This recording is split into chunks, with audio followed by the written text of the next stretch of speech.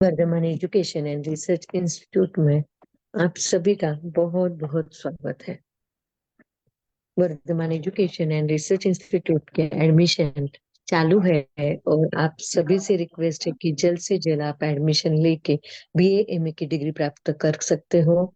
3 साल का बीए, 2 साल का एमए है और आप बहुत ही अच्छे से घर पे रह के ऑनलाइन क्लासेस सुन के आपको ये डिग्री प्राप्त हो सकती है। तो आप जल्द से जल्द प्रयास करके एडमिशन लीजिए। परम पूज्य प्रीति सुधा जी महाराज साहब की सुशिष्या स्वाध्याय प्रेमी पूज्य श्री संयम प्रीति जी महाराज साहब जी एवं सौ शकुंतला जी चौड़िया इनके मुखारविंद से हम सभी जन अध्ययन कर रहे हैं सूत्र कृतांत सूत्र। और सूत्र कृतांत सूत्र का आज हमारा 21वां क्लास है और आप सभी जन बहुत ही अच्छी तरह से अध्ययन कर रहे हैं, इसलिए तहे दिल से आप सभी का बहुत बहुत स्वागत है। संयम प्रीति जी महाराज साहब जी एक साथ मथे मनामी भावपूर्वक मथे मनामी श्रद्धा पूर्वक। बोले शांतिनाथ भगवान की जय। आचार्य भगवंत की जय। नमो अर्यंताणम नमो सिद्धाणम नमो आयुर्याणम नमो उवध्यायाणम नमो लोये तव साहोणम एतो पंचन मुक्तारो तव पावपनासनो मंगलानस्य सभ्यतिं परमो हवै मंगलम परमं हवै मंगलम। त्रिमिंदर स्वामी महाराज आपकी आज्ञा, भगवान आपकी आज्ञा, गुरु गुरु जी महाराज आपकी आज्ञा। सूत्र का अध्ययन करने की आज्ञा चाहते हैं। सुदंसनस्य वजसो गिरिश पौचै महतो पवयस्य एतो वमे समरणाय पुते जायुजतो दंसननानशीले जायुजतो दंसननानशीले। परम आदरणीय, परम वंदनीय, परम पूजनीय 24 तीर्थंकर भगवान, पंच परमेश्वरी भगवान तथा ज्ञानी ध्यानी त्यागी तपस्वी समस्त ऊर्जा महापुरुषों के चरणों में भावपूर्वक वंदन। आराध्य गुरुदेव पूज्य श्री आचार्य भगवान तप्ती जी महाराज साहब, पूज्य श्री माता जी महाराज साहब के चरणों में भावपूर्वक वंदन। संस्कार भारती वाणी भूषण पूज्य श्री प्रीति सुधा जी महाराज साहब, पूज्य श्री अरुण प्रभा जी महाराज साहब के चरणों में भावपूर्वक वंदन। यहाँ उपस्थित सभी धर्म प्रेमी, श्रद्धावान, जिज्ञासु भाइयों तथा सुशील बहनों, हम लोग पहले अध्ययन का चौथा उद्देश्य देख रहे हैं। चौथे उद्देश्य में स्व समय और पर समय की वक्तव्यता बताई गई है। सभी लोगों की मान्यताएं क्या क्या है, वो कैसे कैसे किस प्रकार से अलग अलग प्रकार से अपने अपने मतों को व्यक्त करते हैं। और उसमें जैन धर्म को मानने वाले, जैन सिद्धांतों को मानने वाले, स्व समय को जानने वाले जो लोग होते हैं, उनके कर्तव्य क्या होते हैं। जो निर्ग्रंथ श्रवण है, उनको अन्य तिथियों के साथ कैसा संबंध रखना है, वो सारी बातें हमने कल देखी थी। आज हम लोकवाद के बारे में देख रहे थे। कल हमने थोड़ा सा लोकवाद के बारे में जान लिया था। 5 से 8 की गाथा, इन 4 गाथाओं में लोकवाद के बारे में बताया गया है। तो लोकवाद का अर्थ क्या होता है? लोकवाद यानी जो पौराणिक तार्किक जो बातें होती है, पौराणिक बातें जो होती है, उन बातों को व्यवस्थित रूप से वे अपने तर्क बुद्धि से उसको नया रूप देकर सामने लाते हैं और लोगों को उन बातों से भ्रमित करते हैं। इसको लोकवाद कहते हैं। मतलब पौराणिक बातों को जो पुरानी हो चुकी है, जिन बातों में कोई विशेष तथ्य नहीं होता है, जो सांसारिक बातों को बढ़ाने वाली जो बातें होती है, उन बातों को, उन सिद्धांतों को व्यवस्थित रूप से लोगों के सामने प्रस्तुत करना, उसको लोकवाद कहते हैं। तो ऐसे लोकवाद में विशेष कुछ कुछ मान्यताएं उनकी होती है। जो लोकवाद होते हैं, मतलब उन लोकवादों में ये बताया जाता है कि लोक नित्य है, अनित्य है, आदि जो भी बातें हैं। हम गाथा पढ़ते हैं, गाथा के अर्थ में हमें थोड़ा सा ध्यान में आएगा कि क्या कहना चाहते हैं। तो 5वीं जो गाथा है, 5वीं गाथा में कहा है, लोगवयं निशामिच्चा इह मेघे सीमाहियं विपर्य पन्न संभूयम अन्न उत्तम तयाणुयम। मतलब इसमें क्या कहा? लोगवयं निशामिच्चा इह मेघे सीमाहियम, यानी लोकवाद जो है, पौराणिक सिद्धांत को जो प्रतिपादित करने वाले जो लोग होते हैं, उनको निशा नित्या यानी सुनना चाहिए। बहुत से लोग ऐसे कहते हैं, यह मेघेति माहियम। इस प्रकार कोई लोग कहते हैं कि जो लोकवाद होता है, पौराणिक बातें जो बताई जाती है, उनको सुनना चाहिए। पर सुनना सिर्फ सुनने के लिए, जानने के लिए सुनना चाहिए, उसको आचरण में नहीं लेना चाहिए। उसके लिए आगे क्या कहा, विपर्यम संपन्न संभूयम अन्न उत्तम तयानुयम। यानी उनकी जो बातें होती है वे विपर्यम पन्न संभूयम, यानी विपरीत प्रज्ञा से संभूत होती है, विपरीत बुद्धि होती है, उनकी विपरीत मान्यताएं होती है।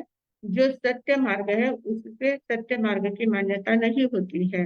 तो उनकी विपरीत मान्यता किस प्रकार से होती है, मतलब उनका कहना होता है, कोई कहता है कि लोग नित्य है। नित्य है मतलब क्या है, तो उसमें कोई परिवर्तन होता ही नहीं है।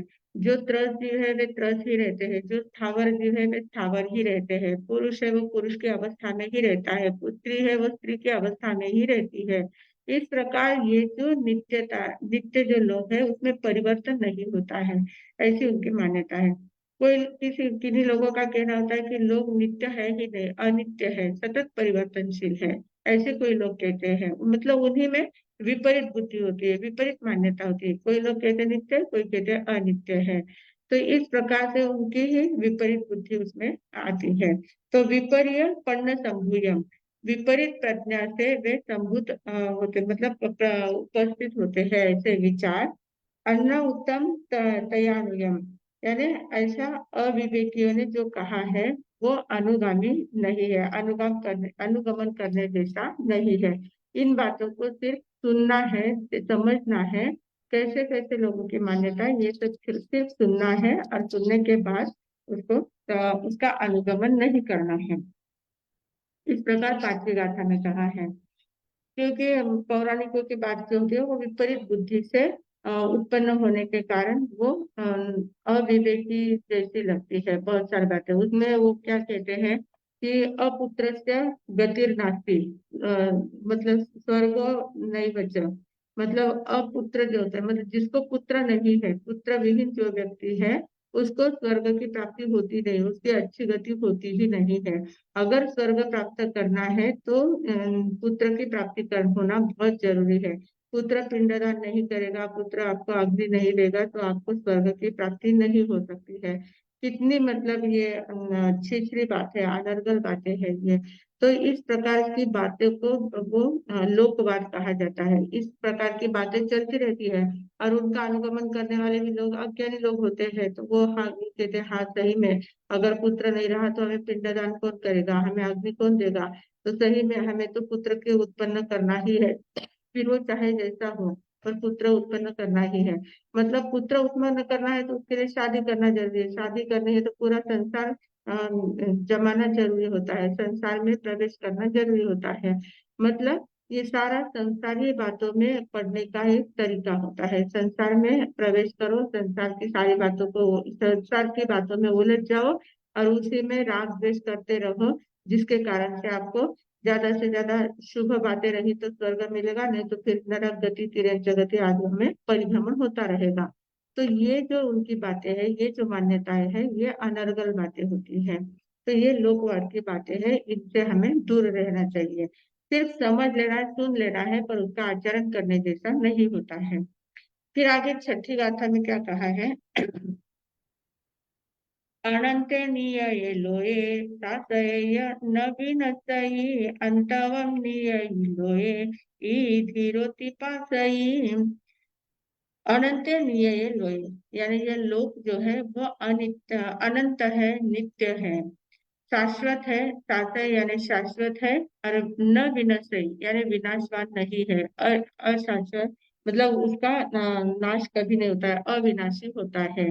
तो इस प्रकार की भी लोगों की मान्यता होती है कि वो लोक को, संपूर्ण सृष्टि को नित्य मानते हैं, शाश्वत मानते हैं, अविनाशी मानते हैं और अनंत मानते हैं। और दूसरी लाइन में कहा है कि अंतवम नियय लोये ई धीरो तिपासई। अंत अंतवम नियय लोये, मतलब ये लोक जो है उसका अंत होता है, वह अनित्य है, और ऐसा ये लोक है।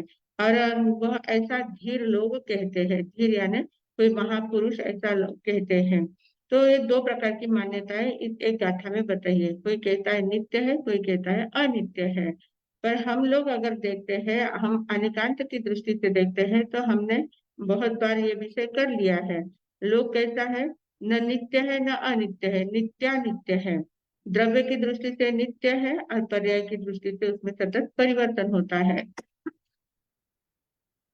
परिवर्तन होता है मतलब हम देखते हैं छोटा सा बच्चा है, वो थोड़ा सा बड़ा होता है, युवा होता है, युवा के बाद जवान हो जाता है, जवान के बाद प्रौढ़ होता है, फिर वृद्ध होता है, फिर वो मृत्यु के ग्रास में चला जाता है। मतलब ये अवस्थाएं बदलती जाती है। और ऐसा जरूरी नहीं कि मनुष्य पुरुष मरकर पुरुष ही होता है, स्त्री मरकर स्त्री ही होगी, ऐसा हम देखते हैं। कोई त्रस जीव स्थावर बन जाते हैं, स्थावर जीव त्रस बन जाते हैं, पुरुष स्त्रियां बन जाती है, स्त्री पुरुष स्त्रियां पुरुष बन जाते हैं। कितने ही हम परिवर्तनशील देखते हैं। कोई पुरुष मरकर स्वर्ग में देव बन जाते हैं, कोई तिर्यंच में चले जाते हैं, कोई नरक में चले जाते हैं। तो ये अवस्थाएं परिवर्तनशील, ये जो गति है, चार गतियां हैं, चारों गति में जो परिभ्रमण होता है वो अपने अपने कर्मों के अनुसार होता है। तो इसमें अगर हम ऐसा ही मानेंगे कि नहीं, जो पुरुष है वो पुरुष ही रहेगा, स्त्री है वो स्त्री ही रहेगी, तो पूरी अव्यवस्था हो जाएगी। संसार की जो व्यवस्था चल रही है, जो संसार का सभी जीवों का जो परिभ्रमण चल रहा है, उसमें सारी अव्यवस्था हो जाएगी। फिर कौन सभी को दिल लगेगा कि अच्छा हम पुरुष है, हम हमेशा पुरुष ही रहने वाले हैं, तो फिर किस लिए धर्म ध्यान करना है, किस लिए तप जप करना है, किस लिए संयम करना है। हमारी अवस्था यही रहने वाली है, इसमें कोई परिवर्तन आने ही वाला नहीं है। तो फिर ये धर्म ध्यान, ये सारी बातें, आडम्बर, ये सब कुछ मिट जाएगा, कोई करेगा नहीं। और अनाचार, दुराचार, भ्रष्टाचार बहुत ज्यादा बढ़ता जाएगा। इन बातों में लोगों को इंटरेस्ट आता जाएगा, क्योंकि उनको मालूम है स्वैराचारी बन गए तो भी हमें पुरुष ही बनना है। और अगर हम विनयवान बने, सदाचारी बने, तो भी पुरुष ही बनने वाले हैं। तो फिर किस लिए सदाचारी बनना है, स्वैराचारी ही बनो। इस प्रकार का एकदम स्वैराचार बढ़ जाएगा। इसलिए ये नित्य अनित्य की बात, या जो भी जो जैसा है वो वैसा ही रहता है, ये जो बातें हैं, ये सभी अनर्गल लोकवाद की बातें हैं। फिर सातवीं गाथा में कहा है, अपरिमाणम ज्ञानाय इह मेघे सीमाहियम सर्वत्र सपरिमाणम धीरोति पासई। अब इसमें क्या कहा है कि इसमें भी दो मत बताए हैं। इसमें कहा है कि जो अपरिमाणम ज्ञानाय, मतलब कुछ लोग जो सर्वज्ञ होते हैं वो अपरिमित ज्ञान वाले होते हैं। अपरिमाणम ज्ञानाय, अपरिमाण ऐसा अपरिमित ऐसा ज्ञान जानने वाले वो होते हैं। यह एक माहियम, इस प्रकार कोई लोग मानते हैं। और सर्वत्र सपरिमाणम ये धीरोति पासई, सर्वत्र सपरिमाणम। और कुछ लोग कहते हैं कि सर्वज्ञ कोई होते ही नहीं है, संपूर्ण लोग को जानने वाले, संपूर्ण बातें जानने वाले कोई होते नहीं है। जो विशेष रूप से थोड़ा बहुत अतीन्द्रिय ज्ञान उनको प्राप्त हो जाता है, वो महापुरुष कहलाते हैं, पर सर्वज्ञ कोई होता नहीं है। इस प्रकार से इनका कहना, किसी का इस प्रकार से कहना होता है। मतलब कोई लोग मानते हैं कि सर्वज्ञ है जो सब कुछ जानते हैं, और कोई लोग मानते हैं कि जो सर्वज्ञ जो सब कुछ नहीं जानते, वो लिमिटेड ही जानते हैं, लिमिट में ही जानते हैं, पर सीमित ही बातों को जानते हैं, असीमित बातों को नहीं जानते हैं। और असीमित बातों को जानकर करना भी क्या है, असीमित बातें हैं, उनको जान के क्या फायदा होने वाला है, उनको तो मोक्ष में चला जाना है, तो फिर इतनी बातों को जानने से मतलब क्या है। तो इस प्रकार की बातें वो लोग करते हैं। तो इनकी भी बातों में कोई टर्म नहीं होता है, उनकी बातों में भी तथ्य नहीं होता है। सर्वज्ञ जो होते हैं वे चार घाती कर्मों का क्षय करते हैं। उनका ज्ञानावर्ग कर्म पूरी तरह से क्षय हो चुका है, तो उनका क्या ज्ञान पूरी तरह से प्रकट हो चुका है। केवल ज्ञान के वे धनी होते हैं, और केवल ज्ञान का स्वरूप है, केवल ज्ञान का विषय ही होता है तीनों लोग को, तीनों काल को स्पष्ट रूप से जो जानते हैं, वे केवल ज्ञानी होते हैं, तो वो सब कुछ जानने वाले होते हैं। पर इसमें कोई लोग ऐसे मानते हैं कि वो सब कुछ नहीं जानते हैं, तो ऐसी विपरीत मान्यताएं वाले ये लोग होते हैं। फिर आठवीं जो गाथा है, उस आठवीं गाथा में इनको बताया गया है, इनकी जो मान्यताएं हैं उनका निराकरण किया गया है। ऐसे ऐसी जो मान्यता है, तीन प्रकार की मान्यता है, देखिए हमने कि लोग नित्य है, कोई कहता है अनित्य है, कोई कहता है सर्वज्ञ सब कुछ जानते हैं, कोई कहता नहीं जानता है। कोई कहता है कि जो जैसा है वो वैसा ही रहता है। कोई कहता है कि पुत्र के प्राप्ति के बिना स्वर्ग भी नहीं मिलता है, कुछ गति ही नहीं मिलती है। तो इस प्रकार की जो मान्यताएं हैं उनका निराकरण 8वीं गाथा में किया गया है। जेके तथा पाना चिट्ठन्ति अधुथावरा पर्याय अथि ते अंजु जेन ते तस्थावरा। मतलब इस श्लोक में जेके तथा पाना, इस श्लोक में जो भी त्रस प्राणी है, तथा पाना यानी त्रस प्राणी जो है, चिट्ठन्ति अधुथावरा, वे त्रस जो कभी कभी हमें स्थावर होते हुए भी दिखते हैं। वे स्थावर वे जो त्रस और स्थावर प्राणी है वे एक दूसरे के पर्याय में पर्याय अस्थि से अंजु, वे नियम से अंजु यानी अवश्य रूप से एक दूसरे के रूप में परिवर्तित होते हैं। पर्याय अस्थि से अंजु जैन ते तस्त थावरा, मतलब जो त्रस है वो स्थावर बन जाते हैं, जो स्थावर है वो त्रस बन जाते हैं, जो छोटे हैं वो बड़े हो जाते हैं, जो बड़े हैं वो छोटे हो जाते हैं। जिस प्रकार से बहुत सारे पर्याय बदलते हुए हम प्रत्यक्ष रूप से देखते हैं। और जितने भी त्रस या स्थावर जितने भी जीव इस जगत में है, वे सब क्या करते हैं, अपने अपने कर्मों के अनुसार उनका परिवर्तन होता रहता है। अलग अलग गतियों में वो परिभ्रमण करते रहते हैं। कभी तिर्यंश में चले जाते हैं, कभी नरक में चले जाते हैं, कभी मनुष्य में आ जाते हैं, कभी देवगति में चले जाते हैं। तो उनका अवश्य एक दूसरे के साथ मतलब अपने अपने कर्मों के अनुसार उनका परिवर्तन होते रहता है। इसलिए हम ऐसा नहीं कहते कि जो त्रस है वो त्रस ही रहेंगे, जो स्थावर है वो स्थावर ही रहेंगे, ऐसा नहीं होता है। उनमें परिवर्तन होते हुए हम देखते हैं। तो इसलिए इन बातों में कोई भी तथ्य नहीं है। तो इस प्रकार इस लोकवाद की जो मान्यता है उससे कोई श्रमण भ्रमित न हो जाए। क्योंकि बहुत बार क्या हो जाता है, भले ही श्रमण दीक्षा ग्रहण कर ली है, निर्ग्रंथ दीक्षा ग्रहण कर ली है, पर उसका अभ्यास नहीं किया है, किस लिए दीक्षा ली है, क्या साधना का लक्ष्य क्या है, वो लक्ष्य हमारा निर्धारित नहीं होता है। और उस समय हमारी अवस्था कैसी हो जाती है, डगमग अवस्था रहती है। तो इसलिए ऐसी कोई बातें बताने वाले होते हैं तो उसमें हम तुरंत भ्रमित हो जाते हैं, उनका अनुकरण करने लग जाते हैं। बहुत सारे ऐसे बाल साधु होते हैं जो अज्ञानी होते हैं, अभी तक उन्होंने ज्ञान की प्राप्ति नहीं की है, साधना में वो अच्छी तरह से नहीं लगे हैं, गुरु का उपदेश वो बराबर सुन नहीं रहे हैं। ऐसे जो लोग होते हैं वो इनकी भ्रमण भ्रमित इनकी बातों में भ्रमणा में वो आ सकते हैं।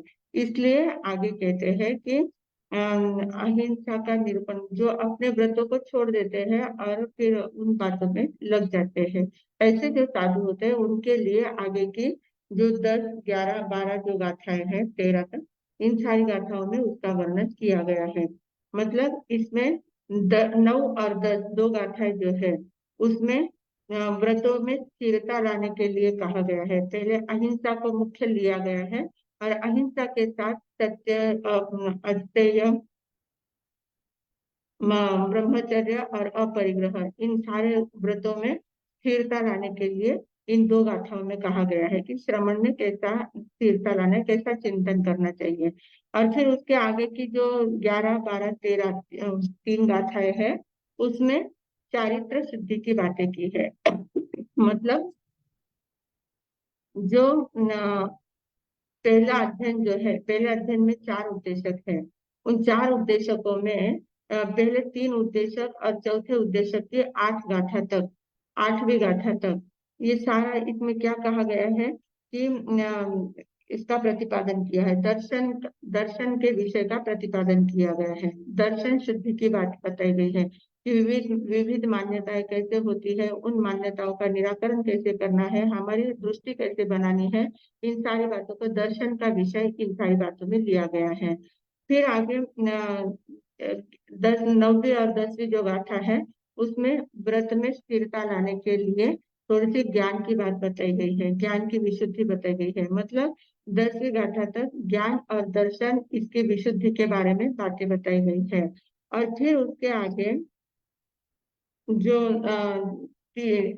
आखिरी जो 3 गाथाएं हैं, चौथे उपदेशक की आखिरी जो 3 गाथाएं हैं, 11, 12 और 13वीं गाथा, इसमें चारित्र शुद्धि की बात बताई गई है कि चारित्र को शुद्ध कैसे बनाया जाता है और चारित्र में शुद्धि कैसे लानी चाहिए।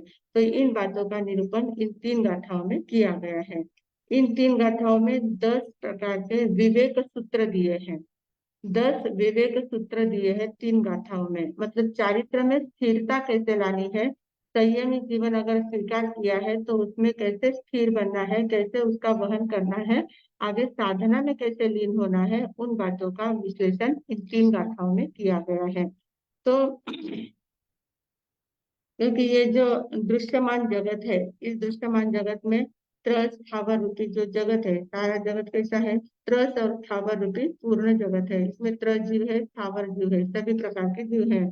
और इनके ये जो जीव है, इनकी सभी की मन वचन काया रूप प्रवृत्तियां चलती रहती है।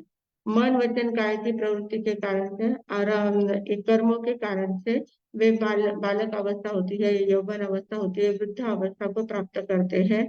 आदि अवस्थाएं स्थूल रूप से हम देखते हैं। तो इन स्थूल रूपों से समस्त पर्याय में बदलते हुए हम देख रहे हैं।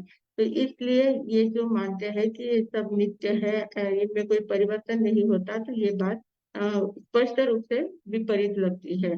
क्योंकि हम प्रत्यक्ष रूप से देख रहे हैं, परिवर्तन होते हुए देखते हैं। तो ये परिवर्तनशील संसार होता है, इसमें परिवर्तन होते ही रहता है, एक जैसा कुछ भी नहीं रहता है। इन सारी बातों को बताकर अब आगे 9वीं 10वीं जो गाथा है, इसमें अहिंसा के बारे में बताया है। मतलब व्रतों में शुद्धि कैसे लाना है, व्रतों में स्थिर कैसे रहना है, अहिंसा यानी क्या है, अहिंसा का पालन कैसे करना है, उन बातों के लिए 2 गाथाएं दी है। 90वीं जो गाथा है उसमें कहा है, उरालम जग वो जोगम विवज्जा संपलंतीय सव्वे अकंत दुखाय औ सव्वे अहिंसया। इसमें कहा उरालम, उरालम यानी औदारिक शरीर, उदार यानी स्थूल शरीर जो हमें दिखता है।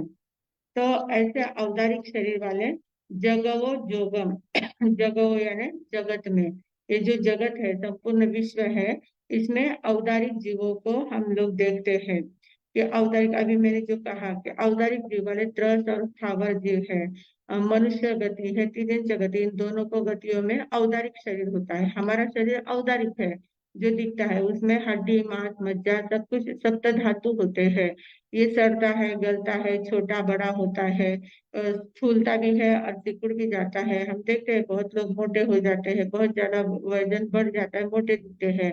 और जब वो वजन घटाते हैं तो एकदम दुबले पतले हो जाते हैं। मतलब ये शरीर बढ़ता भी है और घटता भी है। तो ये सारे परिवर्तन इस शरीर में आते हुए हम देख रहे हैं। तो उरालम जगवो जोगम विवज्जासम पलेंतियम, यानी जो औदारिक जंतु का जो अवस्थाएं है, औदारिक शरीर की जो अवस्थाएं है, उसमें परिवर्तन होते हुए हम लोग देख रहे हैं, दिखता है हमें। और ये सभी लोग कहते हैं सभ्य अकंत दुखाय, अकंत दुखाय यानी सभी लोग दुख से आक्रांत है। आक्रांत, अकंत शब्द जो है उसके 2 अर्थ होते हैं। एक अर्थ में आता है आक्रांत, आक्रांत मतलब इतने ज्यादा वे दुखी होते हैं और इतने क्लेश को प्राप्त करते हैं, दुखों से आक्रांत करते हैं, मतलब रोते रहते हैं, आर्त ध्यान करते रहते हैं। तो ऐसे दुखों से आक्रांतित होने वाले लोग होते हैं। और अकंत का दूसरा अर्थ होता है अकांत, अकांत यानी दुख किसी को भी प्रिय नहीं है, अकांत प्रिय नहीं है, कांत यानी प्रिय, अकांत यानी प्रिय नहीं है, अप्रिय है। तो सभी जीवों को दुख अप्रिय है। जितने भी औदारिक शरीर वाले जीव हैं, उन सभी जीवों को दुख अप्रिय है।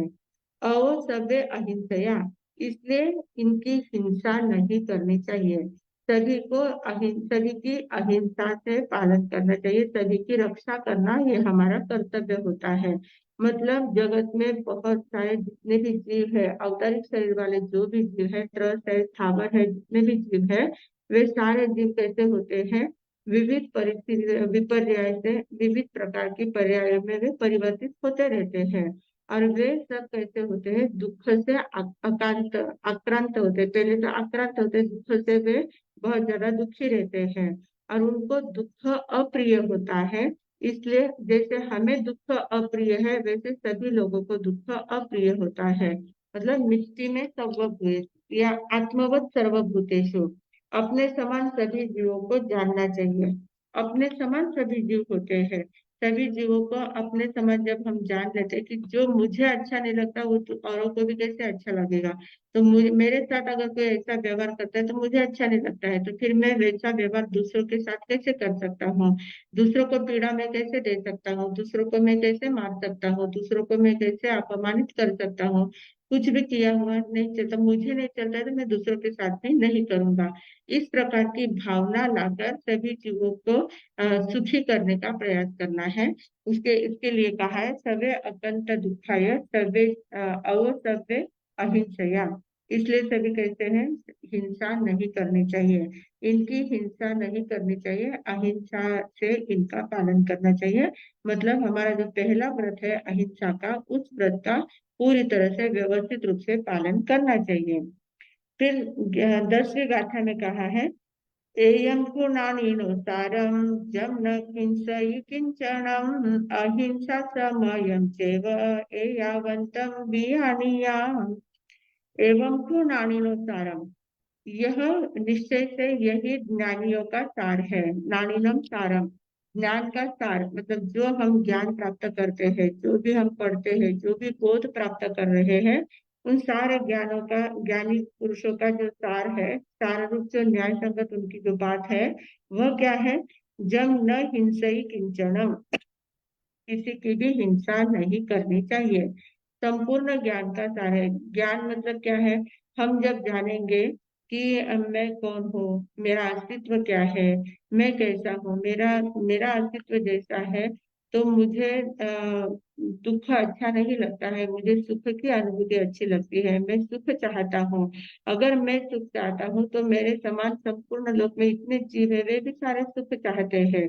इस प्रकार का ज्ञान जब प्राप्त हो जाता है तो फिर वो व्यक्ति कभी भी हिंसा नहीं कर सकता है। जब न हिंसा किंचन, वह कभी हिंसा नहीं कर सकता है। अहिंसा समयम चैव एयावंतम विहानिया, अहिंसा में समभाव रहता है। जब हम अहिंसा की भावना हमारे अंदर आ जाती है तो सभी जीवों के साथ समभाव हमारा रहता है। हमारे जैसे ही सभी जीव है, इसलिए कोई किसी को कम ज्यादा नहीं गिनता है, सभी एक समान सभी जीवों की अवस्था होती है। कर्मों के कारण कोई ऊंच नीच हो जाता है, कोई छोटे बड़े हो जाते हैं, पर कर्माधीन है इसलिए उनकी अवस्था इस प्रकार की है। तो वो भी ज्ञान से जान लेते हैं और फिर उनकी हिंसा से वो बच जाते हैं, उनको मारने की भावना नहीं रहती है। तो इस प्रकार अहिंसा का पालन करना यानी व्रत नियमों में स्थिर होना है। जो संयमी साधक है उसको अपने पांचों महाव्रतों में स्थिर होना है, क्योंकि अहिंसा ये प्रमुख रूप से कहा गया है। अहिंसा के आगे असत्य, असत्य है, अचौर्य है, ब्रह्मचर्य है और सत्य है, अचौर्य है, ब्रह्मचर्य है, अपरिग्रह है। इन सभी बातों का, इन सभी व्रतों का उसी में संकेत किया गया है कि जैसे ये, जैसे अहिंसा का पालन करते हो वैसे इन पांचों व्रतों का पालन आपको करना चाहिए। मतलब इसमें अव्रत से निवृत्त होना है, व्रतों को धारण करना है, व्रतों में स्थिर होने का उपदेश दिया गया है। जो समझ कर, सोच समझ कर व्रतों में स्थिर होना है। सिर्फ सभी लोग कहते हैं इसलिए करना है, ऐसा नहीं है। ज्ञान के साथ समझना है। एवं तो नानीनुसारम, ज्ञान का पूरा सार ध्यान में लेना है, ज्ञान का सार रूप तत्व ध्यान में लेना है और फिर इन व्रतों का पालन करना है। इस प्रकार इस 10 गाथाओं में कहा गया है। अभी अभी जो आगे की जो गाथाएं है तीन, इन तीनों गाथाओं में चारित्र का वर्णन किया गया है। चारित्र की शुद्धि कैसे होती है, चारित्र की शुद्धि के लिए 10 विवेक सूत्र तीन गाथाओं में दिए गए हैं। पहले हम तीन गाथाएं पढ़ लेते हैं, उसका थोड़ा सा अर्थ ध्यान में लेते हैं, शब्दार्थ, फिर उसका विशेष अर्थ हम देखेंगे। 11वीं जो गाथा है उसमें कहा है उसीय विगय गेहि आयाणं तमं रक्षये चरियासन तेजासु भत्त पाणेय अंतसो। मतलब क्या कहा कि उसीय विगय गेहि, उसी यानी स्थित होना है, स्थित होना है, स्थिर होना है। किसमें स्थिर होना है। विगय गेहि, यानी जो विगत वृद्धि, मतलब जहाँ जहाँ आसक्ति है उन आसक्तियों को छोड़ देना है, आसक्तियों में नहीं टिकना है, आसक्तियों को छोड़कर जो साधु की समाचारी बताई गई है उस समाचारी में स्थित होना है। जो साधु के नियम बताए गए हैं, साधुओं की 10 प्रकार की समाचारी बताई गई है, उत्तराध्ययन सूत्र के 26वें अध्याय में बताया गया है। पढ़मावतिया नाम गीया नितिया तैया पिछड़ा पढ़ पिछड़ा चौथे, ये सारे 3-4 गाथाओं में 10 प्रकार के साधु की समाचारी बताई गई है। तो ये जो समाचारी है, इस समाचारी में स्थित होना है। उसी विगय गेहि आयानम सम्मम रखे। आयानम यानी ग्रहण करने योग्य, जो जो बातें ग्रहण करने योग्य है उनको सम्यक प्रकार से उनकी रक्षा, मतलब जो ग्रहण किया हुआ है, जो व्रतों को ग्रहण किया है, जो नियमों को ग्रहण किया है, जो समाचारी को ग्रहण किया है, जिन आज्ञाओं को हमने ग्रहण किया हुआ है, उनकी व्यवस्थित सम्यक प्रकार से सम्मम रखे रक्षा करनी चाहिए, सम्यक प्रकार से उसकी रक्षा करनी चाहिए। चर्यासन सिज्जासु भत्त पाणेय अंत से। चर्यासन, चर्या यानी चलना फिरना घूमना वगैरह, आसन यानी स्थिर बैठना, आसन यानी स्थिर बैठना है, सिज्जासु यानी शयन, शयन करना सोना है, भत्त पाने आहार पानी आदि में जो लेना है, यह अंतसु उसमें हमेशा विवेक रखना है। चलना है फिरना है बैठना है सोना है खाना है पीना है, जो भी कुछ करना है, जो भी क्रियाएं साधु की जाती है, उन हर एक क्रियाओं में कैसे रहना है, एकदम स्थिर पूर्वक विवेक पूर्वक चलना है। विवेकता के साथ उसमें आचरण में स्थिरता लानी है। ऐसे जल्दी जल्दी से बराबर यहाँ से वहां चले गए हैं, कहीं जाना है तो दौड़ते चले गए हैं, या बराबर फटाफट चले गए हैं, नीचे देख नहीं रहे, कहीं कीड़े मकोड़े मर रहे हैं, कुछ भी ध्यान नहीं है, सिर्फ चलना है तो एकदम स्पीड में आगे निकल गए, नीचे कुछ देखा नहीं, ऐसे अविवेक से काम नहीं करना है। बैठना है तो कहीं पर भी बैठ गए, नीचे देखा नहीं, कुछ नहीं, धूल है या कीड़े है या कुछ है, बैठने जैसी जगह है या नहीं है वो भी नहीं देखा, आसन नहीं बिछाया और ऐसे ही बैठ जाते हैं, तो ये सब अविवेक की बातें होती है। तो चलना फिरना बैठना सोना, कहीं पर भी सो गए कैसे भी सो गए, तो ऐसा साधु को नहीं चलता है। सभी बातें विवेक पूर्वक उनकी होनी चाहिए। खाना पीना जो है भत्तपान है, जो आहार पानी जो लाते हैं तो उसमें भी विवेक होता है। कल हमने देखा था गोचरी की कैसी विधि होती है, गोचरी लाने की विधि होती है, गोचरी करने की भी विधि होती है, आहार ग्रहण करने की भी विधि होती है। तो उस विधि पूर्वक व्यवस्थित रूप से सारा आचरण होना चाहिए। तो ये बातें 11वीं गाथा में कही है।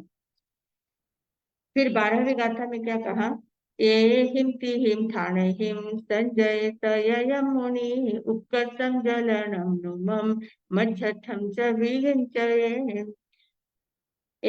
हिम तिहिम ठाणे हिम, ये जो 3 बातें बताई, चलना फिरना बैठना सोना और खाना पीना, ये जो बातें हैं इनमें ये तीन तीन प्रकार की समितियों की बात यहाँ है। चलना फिरना यानी ईर्ष्या समिति है, खाना पीना है उसमें ऐसा समिति आती है, और जो भी कुछ वस्तु का रखना लेना देना जो है वो सारा आयान भंड निक्षेपण समिति आती है। तो इन 3 समितियों का एहिम तिहिम ठाणिम संजय संयम मुनि, जो संयति मुनि होता है वो हमेशा इन तीनों समितियों का व्यवस्थित रूप से पालन करता है। चलने में विवेक, विवेचना पूर्वक चलना है, विवेक पूर्वक चलना है, विवेक पूर्वक बैठना है, कोई भी वस्तु लेनी है रखनी है तो वो भी विवेक पूर्वक लेनी है रखनी है, और जो भी क्रियाएं करनी है खाना पीना है सारा विवेक पूर्वक होना चाहिए। तो एहिम तिहिम ठाणिम संजय तययम मुनि उक्कसम जलनम नुमम मज्जत्थम च विगिंचय। उक्कसम यानी क्रोध, जलन, उक्कसम यानी उत्कर्ष, मतलब अहंकार, कुछ बातों का थोड़ा सा ज्ञान हो जाता है, या कोई लोग थोड़ा सा मान देने लग जाते, सम्मान देने लग जाते, तो तुरंत अहंकार में आ जाना, उसको उत्कर्षम कहा है। उत्कर्षम यानी अहंकार में आ जाना। जलनम यानी ज्वलन करना, क्रोध करना, क्रोध से जलना। नुमम यानी माया करना, गहन माया वगैरह करना। मध्यस्थम यानी मध्यस्थ भाव, लोभ को जब विगिंचय, विगिंचय यानी त्याग करे, मतलब क्रोध, मान, माया, लोभ आदि का त्याग करना चाहिए। इन तीनों में विवेक रखना है, समितियों में विवेक रखना है, और क्रोध, मान, माया रूपी जो कषा है उनका त्याग करना चाहिए। ये सारी बातें 12वीं गाथा में बताया है। फिर 13वीं गाथा में कहा है, समीये यतया साहु पंच संवर समूढ़े सिए हिम असिए भिक्षु अमोक्षाय परिवज्जाति तिब्बेमि। मतलब समीयेहु सया साहु, साहु यानी साधु, समीय यानी समिति। मतलब जो 5 प्रकार की समिति बताई गई है, पहले वो 3 समितियों को विशेष रूप से लिया है क्योंकि उसी में ज्यादा अविवेक की बात आती है, इसलिए उन तीनों को विशेष रूप से किया गया है। और फिर भाषा समिति है, और उच्चार पाचन खेल सिंघन परिठावनिया समिति है। तो ये जो 5 समितियां हैं, इन 5 समितियों में सया साहु साधु को हमेशा रत रहना चाहिए, विवेक पूर्वक उनका पालन करना चाहिए। पंच संवर समूढ़े, 5 संवरों से समृद्ध होना चाहिए। संवर यानी जो आश्रव को रोका है, मतलब जो 5 व्रत हमने ग्रहण किए हैं, अहिंसा, सत्य, अचौर्य, ब्रह्मचर्य और अपरिग्रह। ये जो 5 व्रत है, ये जो संवर है, इन व्रतों को ग्रहण करके जो संवर की साधना की है, उसमें हमेशा समृद्ध रहना है। मतलब हमेशा उन 5 व्रतों का पालन व्यवस्थित रूप से करना है। ध्यान में रहना चाहिए कि हमने व्रत ग्रहण किए हुए हैं। जागरूक, सतत जागृति रखनी चाहिए, क्योंकि अगर जागृति नहीं रही, बेहोश हो गए, मतलब बाहर की बातों में अगर लग गए, तो हम भूल ही जाते हैं कि हमने व्रत ग्रहण किए हुए हैं, हम साधु हैं, भूल जाते हैं लोग। तो बहुत बार याद रखना पड़ता है, और ये याद हमेशा बनी रहे, उसके उसी के लिए वस्त्र, अलग प्रकार का वस्त्र, जो मुखपति है, ओघा है, रजोहरण है, इन सारी बातों का ये जो आलम्बन रूप जो उपकरण होते हैं, इन उपकरणों को बार बार साथ में रखने के कारण से हमें याद रहती है कि हमने व्रत नियमों को ग्रहण किया हुआ है। मुंहपत्ती बांधी है तो हमने सामयिक व्रत में हम हैं, हमने आजीवन सामयिक व्रत ग्रहण की हुई है। तो इस प्रकार हमें ये उपकरण भी याद दिलाते रहते हैं। तो इसलिए इन सभी 5 संवरों से समृद्ध रहना है, सतत जागरूक रहना है कि हम साधना में लगे हुए साधक है। मैं साधक हूँ, मुझे साधना करनी है, मुझे बाहर की बातों में नहीं पड़ना है। इस प्रकार की सतत जागृति रखना है। समीये सया समीयेहु सया साहु पंच संवर समूढ़े सिएहिम असिए भिक्षु अमुख्याय परिवज्जासि। सीएम असीय भिक्षु, सीएम यानी क्या है, गृहस्थी के लिए कहा गया है कि जो असित है, जो गृहस्थी लोग होते हैं, गृहस्थी लोगों में असीय भिक्षु, असीय यानी उसमें मूर्छा भाव नहीं रखना है। गृहस्थियों में मूर्छा भाव नहीं रखना है। मतलब कोई भी परिवार वाले हो या कोई पहचान वाले हो, भक्त हो, कोई भी हो, जो गृहस्थ अवस्था में है, जिसने संन्यास ग्रहण नहीं किया हुआ है, गृहस्थ अवस्था में जो रहते हैं, उनके साथ बहुत ज्यादा संपर्क नहीं रखना है, उनके साथ बहुत मूर्छा भाव नहीं रखना है, उनके साथ आसक्ति का भाव नहीं रखना है। मेरे भक्त है, मेरे शिष्य है, मेरे परिवार वाले हैं, मेरा ऐसा है, मेरा वैसा है, ऐसा कभी भी साधु नहीं कहे। उनको मेरा मेरा कहना चलता ही नहीं है, क्योंकि साधु की अवस्था बहुत ऊंची अवस्था होती है, अप्रमत्त अवस्था वाले साधु होते हैं। प्रमत्त अवस्था में झूलने वाले साधु होते हैं। तो उनको हमेशा अपनी जागृति रखकर साधक की अवस्था जो है, उस साधक की अवस्था में स्थिर रहना है, और साधक की अवस्था में अपनी आंतरिक दशा को ऊपर उठाने का प्रयास करना है। अमोक्षाय परिवज्जासि, अमोक्षाय यानी क्या, जब तक मोक्ष की प्राप्ति नहीं होती है। आमोक्षाय, आमोक्षाय यानी जब तक मोक्ष की प्राप्ति नहीं हो जाती है, तब तक इन सभी अनुष्ठानों का, संयम का जो अनुष्ठान ग्रहण किया है, उसका पालन व्यवस्थित रूप से करना है। मतलब इस भाव में दीक्षा ली है, पर अभी इस भाव में मोक्ष की प्राप्ति नहीं हो पाएगी, पर मुझे भावना ऐसी ही भानी है कि मुझे हर भाव में दीक्षा ही मिलती रहे, संयम का वातावरण मिलता रहे, मैं संयम ग्रहण करती रहूं और संयम करते ग्रहण करते करते साधना करते करते आंतरिक शुद्धि को बढ़ाती रहूं और आखिर मोक्ष गति को प्राप्त कर लूं। तो मोक्ष गति जब तक प्राप्त नहीं होती है तब तक संयम की साधना को ही इच्छा रखना है, संयम की साधना में ही रत रहने की भावना रखना है। इस प्रकार का तिब्बे में इस प्रकार से जो सुधर्मा स्वामी है वे इनको जम्बू स्वामी से कहते हैं कि तिब्बे में, ती का अर्थ होता है कि इस प्रकार यहाँ जो बातें कही है, ये शब्द की मतलब इस अध्याय की समाप्ति की बात आती थी। इति इति ती यानी इति, इति यानी यहाँ तक, इतना ही कहा गया है, इतना ही कहा है। इस प्रकार से ती का अर्थ होता है इति। और बेमी यानी मैं कहता हूँ, कैसे क्यों क्या कहता हूँ, जैसा मैंने सुना है वैसा मैं आपको कहता हूँ। इस प्रकार की विनय पूर्वक भावना, अपने मन से कुछ नहीं कहते हैं, जैसा भगवान के वाणी से सुना है वैसा ही मैं आपको बता रहा हूँ। इस प्रकार की भावना यहाँ तिब्बेमी के नाम से कही गई है। अब इस 3 गाथाओं में मैंने कहा कि 10 विवेक सूत्र बताए गए हैं।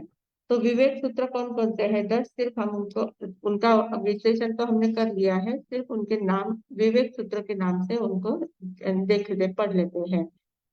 साधु 10 विध समाचारी में स्थित रहे। पहला सूत्र है कि साधु को क्या करना चाहिए कि 10 प्रकार की जो समाचारी है उसमें स्थित रहे।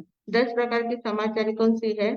अवसिया, अवसिया का अर्थ होता है स्थानक में, स्थानक से जब बाहर जाना होता है साधु को, अगर गोचरी पाने के लिए किसी काम कार्यवश बाहर जाना है, जिस स्थान में वो रहते हैं वहां से उनको बाहर जाना होता है, तो जाते समय अवश्य ही ऐसा जोर से 3 बार बोलना होता है।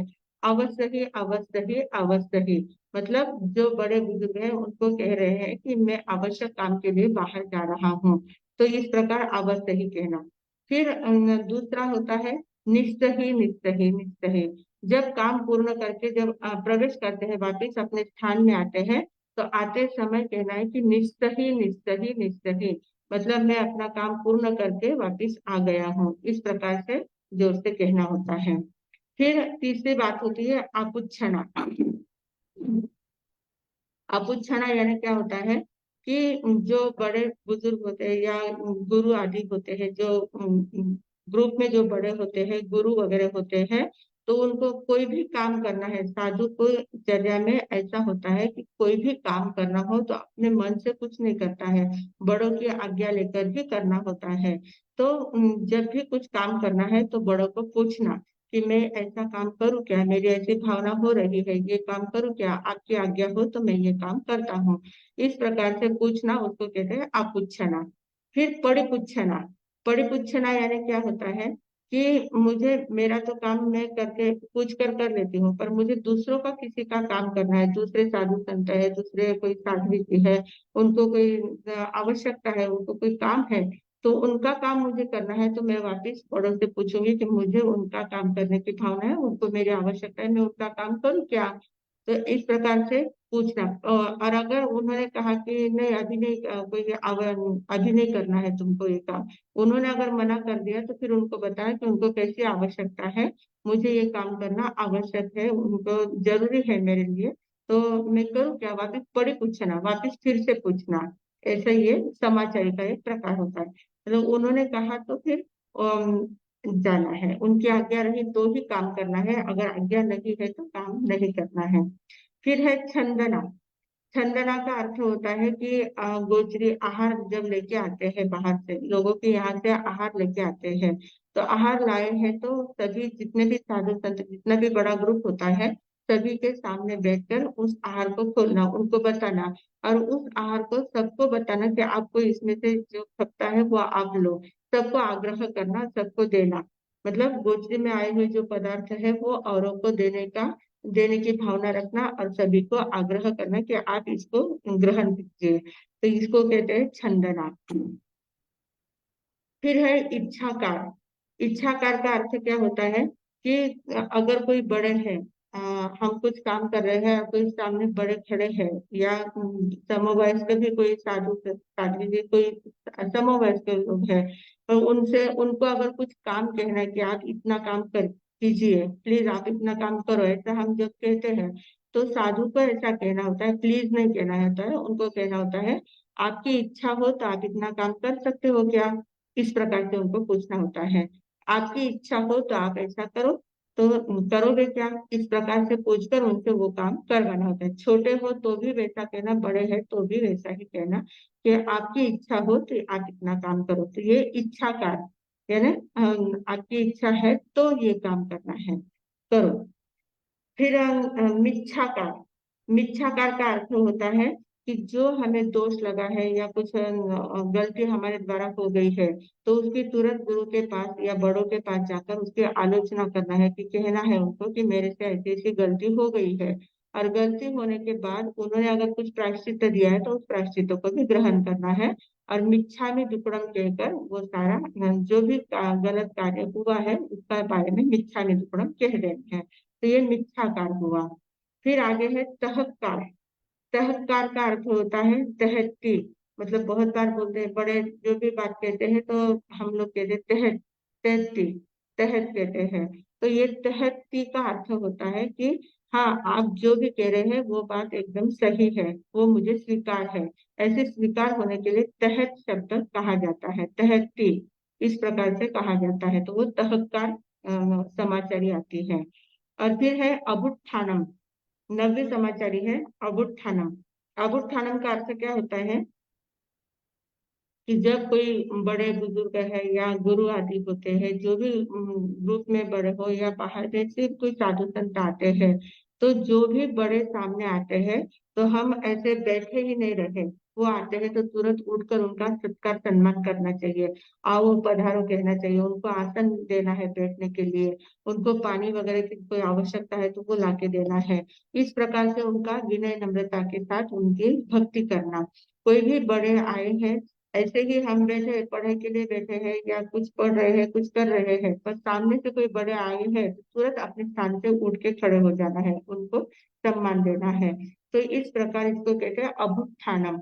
अभुत्थानम यानी उनको सम्मान सत्कार देने में तत्पर रहना है, तुरंत खड़े होकर उनका सम्मान करना है। और फिर 10वां है उपसंपया। उपसंपया का अर्थ होता है कि हमें अगर कोई आगम का ज्ञान प्राप्त करना है, शास्त्र पढ़ना है या कुछ ज्ञान की बातें सीखनी है, तो गुरु के पास बैठकर उन बातों को सीखना चाहिए, विनय पूर्वक उनके पास से वो ज्ञान ग्रहण करना है, उनके सानिध्य में रहना है, उनके पास से विनय पूर्वक बातों को ग्रहण करना है। और अगर कभी कभी क्या होता है कि दूसरे ग्रुप में कोई बड़े आचार्य है, उपाध्याय है, जो खूब बहुत अच्छा शास्त्र का ज्ञान दे रहे हैं, तो उनके पास अगर हमें जाना है पढ़ने के लिए, तो अपने गुरु से पहले पूछना कि मैं उनके पास जाऊं क्या पढ़ने के लिए, तो उन्होंने अगर हाँ कह दिया तो वहां जाना और उनके पास बैठकर विनय नम्रता पूर्वक उनसे ज्ञान ग्रहण करना, इसको कहते हैं उव संपदा समाचारी। इस प्रकार की 10 प्रकार की समाचारी कही गई है, तो इन 10 प्रकार की समाचारियों में साधु को स्थित रहना चाहिए। तो ये सारी बातें इन पहले अध्ययन में कही गई है। हमारा समय बहुत हो चुका है, तो चौथा जो उद्देश्यक है, इस चौथे उद्देश्यक में सारी बातें ज्ञान दर्शन चारित्र की, सारी बातें चारित्र के ऊपर उन्होंने समाप्ति की है।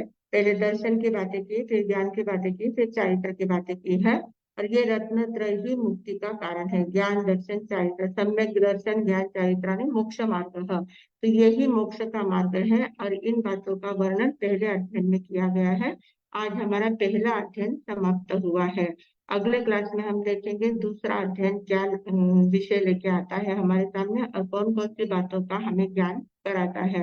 तो जैसे अवसर आएगा दूसरा अध्ययन देखने का प्रयास करेंगे। आज इतना ही बोलकर मैं विराम लेती हूँ। ओम शांति। हम्म, हम्म, 10 समाचार।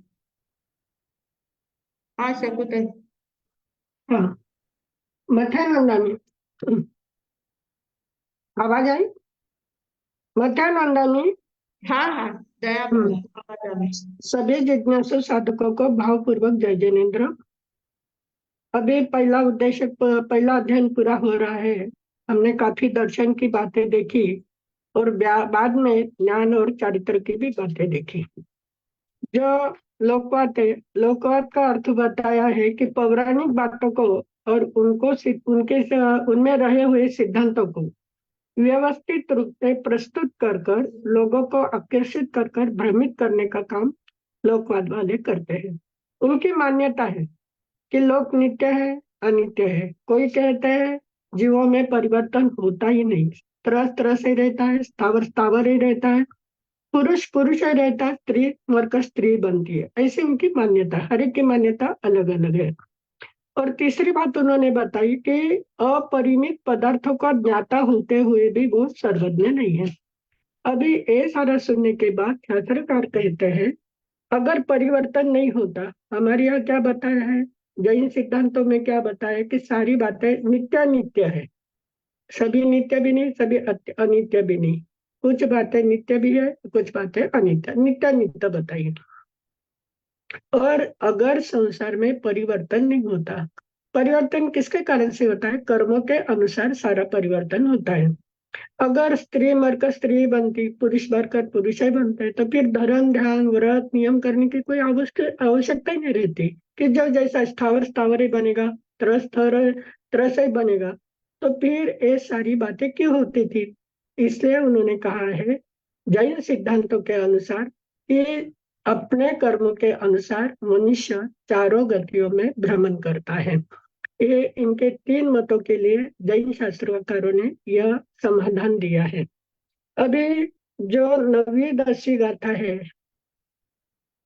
उसमें ज्ञान के विशुद्धि की बातें बताई है। विशेषता उसमें क्या कहा है कि अहिंसा के बारे में बताया है। अहिंसा प्रमुख है, 5 महाव्रतों का पहला अहिंसा है और अहिंसा के अंतर्गत ही 5 महाव्रत आते हैं। कोई भी जीव को दुख प्रिय नहीं है, सभी को सुख ही प्रिय है। तो लोगों को, जैसे हमें स्वयं को दुख प्रिय नहीं है, तो दूसरों को भी दुखी कभी भी बनाने का प्रयास नहीं करना। जिस तरह हम चाहते हैं वैसे जीव भी, अन्य जीव भी वैसा ही चाहते हैं। तो सभी के साथ क्या रखना है? मैत्री भाव रखना है। मित्ते में समभूय से जो हम बोल रहे थे, सभी के साथ मैत्री भाव जब रहता है तब हमारे द्वारा कोई भी हिंसा नहीं होती है। यानी विवेक के साथ हम, हिंसा तो अभी प्रत्येक क्षण क्षण में, क्योंकि श्वास लेते हैं, बोलते हैं, चलते फिरते, उठते बैठते ऐसे, लेकिन उस समय हमारा एक भाव नहीं होता है कि किसी की हिंसा हमारे द्वारा हो जाए, क्योंकि वो आवश्यक क्रियाएं हम करते ही रहते हैं। फिर भी मन में हमेशा भाव यही रखना है कि मेरे द्वारा किसी की भी जीव की हिंसा नहीं होनी चाहिए। ये 9वीं 10वीं गाथा में बताया है। और चारित्र के बारे में जो बताया है कि जहाँ साधु ने सारी आसक्ति छोड़कर, सारी बातें, संसार की बातें छोड़कर संयम को स्वीकार किया है, तो संयम को स्वीकार करने के बाद उसमें कैसा रहना चाहिए? व्रत नियम में जो बातें उन्होंने ग्रहण की है, तो व्रत नियम में स्थिर रहना है और साधु के समाचारी का विशेष ध्यान रखना है। साधु के समाचारी के आज 10 भेद जो बताया है, हम बोलते हैं, इसमें भी आता है, उत्तराधायी सूत्र पढ़ते हैं, उसमें समाचारी का विशेष अध्ययन है, 26वां अध्ययन हो। तो साधु ने भी किस तरह से नियम व्रत ग्रहण किए हैं, किस तरह से अपनी दिनचर्या रहनी चाहिए, इसका सुंदर वर्णन इस पर दिया हुआ है। और श्रावक के लिए भी यह आवश्यक है कि जो बताया है कि अवश्य ही अवश्य ही अवश्य ही, जब साधु संत अपने स्थान से बाहर जाते हैं तो पहले शब्द कौन सा उच्चारण करते? 3 बार बोलते हैं, अवश्य अवश्य अवश्य। यानी आवश्यक काम के लिए मैं बाहर जा रहा हूँ, आपकी आज्ञा है। फिर आते हैं तब निस्सी है कि मैं जिस काम के लिए बाहर गई थी या गया था, मैं वो करके पूरा करके आए हूँ। लेकिन निस्सी शब्द की एक विशेषता ये होती है कि जो निगेटिव है, हमारे बाहर गए, बाहर में कितने सारे लोगों का संपर्क आता है, कितने लोगों के साथ हमारा बोलना होता है, बहुत सारी निगेटिव बातें हमारे साथ आ जाती है। अवश्य यानी घर से आज्ञा लेकर ही जाने। साधु संतों के लिए तो आवश्यक है, लोगों को भी वही आदत होना लेकर ही जाना चाहिए, अवश्य ही बोल के। और आने के बाद इसलिए बोलने का महत्व तो ये है कि सारी निगेटिव मैं छोड़कर मेरा अवश्य जो काम था वो पूरा करके आया हूँ। फिर उसके आगे बताया है कि आप उच्छन, अभी साधु संतों के लिए तो 10 बातें हैं, लेकिन जो श्रावक धारक लोग श्राविका है, तो हमारे लिए भी इस नियम का होना ही चाहिए। अब पूछना यानी क्या, कोई भी काम करना है तो बड़ों की आज्ञा लेकर ही करना है। बड़े लोग कैसे होते हैं, अनुभवी होते हैं। वो कभी कभी उनको कोई बात जचती नहीं है तो आपको कहते हैं कि मेरी इच्छा है कि काम नहीं करो, लेकिन हम अगर हमने के किया है और उनके आज्ञा असर नहीं किया तो कभी कभी बात गलत भी हो जाती है। इस कारण से ऐसा हुआ, ये श्रावकों के लिए है। साधु संतों के लिए तो उनके लिए तो नियम ही है कि बड़ों की आज्ञा लेकर ही कुछ भी काम करना है। अपुच्छना, पड़ी पुच्छना यानी जब साधुओं के आवश्यकता, अभी हमारे लिए तो हमने पूछ लिया, लेकिन और भी हमारे साथ ग्रुप में काफी दूसरे भी साधु संत रहते हैं, उनकी कुछ आवश्यकता है, उनके लिए कुछ काम करना है तो भी क्या करनी है, आज्ञा लेनी पड़ती है। तो ये सारी बातें साधु संतों के लिए तो है, लेकिन श्रावक लोगों ने भी यह बातों का ध्यान रख कि घर में रहते हैं या किसी कहाँ भी रहते हैं, किसी को कुछ आवश्यकता है तो उनके लिए जरूर क्या करना है, प्रयास करना है कि उनको सहायता करना है उनकी आवश्यकता पूरी करने में। ये पड़ी पूछना। फिर छंदना, छंदना यानी गोचरी लाते हैं। तो गोचरी लाने के बाद आपने देखा होगा कोई भी साधु संत गोचरी लेके आते थे, पहले बड़े बुजुर्ग है बाकी के संत थे, सभी को पहले आहार दिखाते हैं और कहाँ कहाँ से किस किस घर से आए ये भी उनको बोलना पड़ता है। तो किस में आ गया है, छंदना में। फिर इच्छाकार, जो बड़े हैं समवयस्क होते हैं, अभी आपको कुछ काम करवाना है तो ये काम करो ऐसा नहीं बोलना है, अगर आपकी इच्छा हो तो आप ये कर सकते हो क्या। बोलने बोलने में क्या होता है, इसलिए तो भाषा समिति बताई है कि किस तरह से बोलना चाहिए। अगर आप पूछते हो कि आपकी इच्छा हो तो इतना कर सकते हो क्या, तो सामने वाला कभी नहीं बोल ही नहीं सकता, क्या करते हो अपने आप हाँ ही बोलेगा। तो भगवान ने देखो कैसे सिद्धांत समाचारी भी कैसी रखी है कि किस तरह से साधु संतों का व्यवहार होना चाहिए। समाचारी बनाने वाले आचार्य जो कोई होंगे उन्होंने समाचारी कितनी अच्छी बनाई है। मिथ्या करो, मिथ्या करने सभी के मनुष्य छद्मस्त अवस्था है, कभी ना कभी गलती तो होती ही रहती है। तो मेरे द्वारा कुछ गलत हुआ है ये गुरु को बताकर उनके द्वारा क्या करना है, गलती की तो माफी मांगनी है, मिच्छा दुक्कड़म देना है और उसके लिए प्रायश्चित भी लेना है, ये मिथ्या करो। फिर है तहकारो, तहकारो यानी बड़े बुजुर्ग या अपने से जो भी गुरु तो है, अपने से जो भी बड़े बुजुर्ग रहेंगे वो जो भी बात कहते हैं तो उनको क्या कहना है, तेत। तेत यानी आप जो कह रहे वो बात मुझे स्वीकार है। अबुठानम यानी कोई भी, हम लोग पढ़ाई कर रहे हैं या कुछ और भी काम में लगे हुए हैं और सामने से कोई बड़े संत आ रहे हैं या कोई समवयस्क संत भी आ रहे हैं, तो तुरंत उठकर क्या करना है, पहले उनका सम्मान सत्कार करना है और उनको पूछना है आपको क्या, आए हैं बाहर से आए तो कुछ ना कुछ तो आप कुछ ले सकते हैं कि या आराम करो या बैठो, कुछ बातें हमें क्या करनी है, बोलनी ही चाहिए। यानी आदर सम्मान पूर्वक उन्हें सम्मान पूर्वक उनका आदर करना चाहिए। और वह संपया यानी हमने हमें आगम की बातें सीखनी है, क्योंकि महत्वपूर्ण क्या है, संयम लिया है, संयम लेने के बाद आगम का ज्ञान होना ही चाहिए, क्योंकि भगवान ने सारे सिद्धांत तो उसमें बताए हुए हैं। तो सीखना है तो गुरु के पास बैठकर आगम की बातें सीखनी है। और उस समय और कोई बहुश्रुत मुनि वहां पर आए हुए हैं, उनके पास और भी कुछ सीखने जैसा है, तो गुरु के आज्ञा लेकर उनसे भी सीखने का प्रयास करना। ऐसे 10 प्रकार की समाचारी साधु संतों के लिए बताई हुई है और हम लोगों के लिए भी उसका क्या होना चाहिए, कुछ बातों का पालन हम भी कर सकते हैं। इसी मगर अगर समाचारी के अनुसार हमारा जीवन चलने लगा तो हम सभी क्या हो जाएंगे, किसी के प्रति राग द्वेष की भावना रहेगी नहीं। समाचारी का ये महत्वपूर्ण उद्देश्य है कि किसी के साथ राग द्वेष की भावना नहीं रहेगी और समन्वय की भावना आएगी कि सभी के साथ किस तरह से बर्ताव करना चाहिए, बड़ों का किस तरह आदर करना चाहिए, आज्ञा के सिवा कभी भी कोई भी बात नहीं करनी चाहिए। ये महत्वपूर्ण संदेश, इस सिद्धांत समाज हम भी पालन करते हैं। साधु संतों के लिए तो अनिवार्य है, हमारे लिए भी हम अनिवार्य बनाएंगे। इसी मंगल भावना के साथ मैं विराम देती हूँ।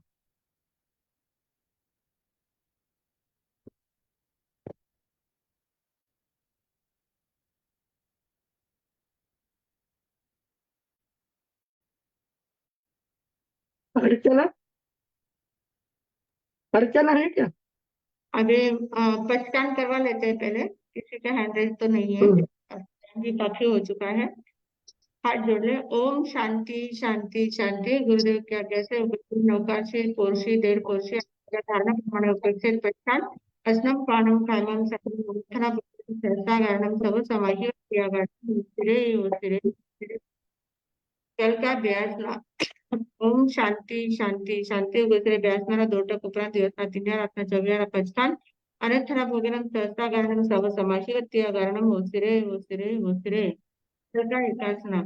ओम शांती शांती शांती उगसरे एकासनारा एकटक उपरांत दिवसना तिन्या रातना चव्यारा पचकान अनंतरा भोगनम सहस्ता गारणम सव समाही वत्तिया गारणम होसिरे होसिरे होसिरे।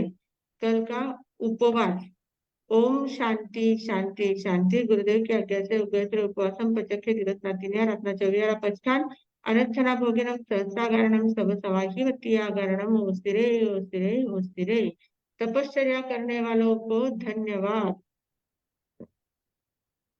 ओम शांति शांति शांति। गुरुदेव की आज्ञा से चट्टारी मंगलम अहिंता मंगलम सिद्धा मंगलम साहु मंगलम केवली पंडित धम्म मंगलम चट्टाई लघुत्तमा अहिंता लघुत्तमा सिद्धा लघुत्तमा साहु लघुत्तमा केवली पंडितो धम्मो लघुत्तमो चट्टाई शरणम पवज्जामि अरिहंते शरणम पवज्जामि सिद्धे शरणम पवज्जामि साहु शरणम पवज्जामि केवली पंडितम धम्मम शरणम पवज्जामि। चार मंगल चार उत्तम चार शरणा दुख हरणा सुख रावण शरणा कोई दुखवी प्राणी आदरे तो अक्षय अमर पद होय। बोले भगवान महावीर स्वामी की जय। आचार्य जय। की जय। महाराज साहब की जय। संस्कार भारती वाणी भूषण पूज्य श्री प्रीति सुधा जी महाराज साहब की जय। सब साधु संतन की जय। आज के आनंद की जय। आई एम भी। आएंगे। ओम शांति शांति शांति। गुरुदेव की आज्ञा से उग्र आंगिल एक उपान दिवसना तिन्या रत्न चौवेरा पचकान पाच वेगेरा पचकान अनर्थना भोगनम सहस्रागारणम सौ समाही वत्तियागारणम ओसिरे ओसिरे ओसिरे। आंगिल करने वालों को धन्यवाद।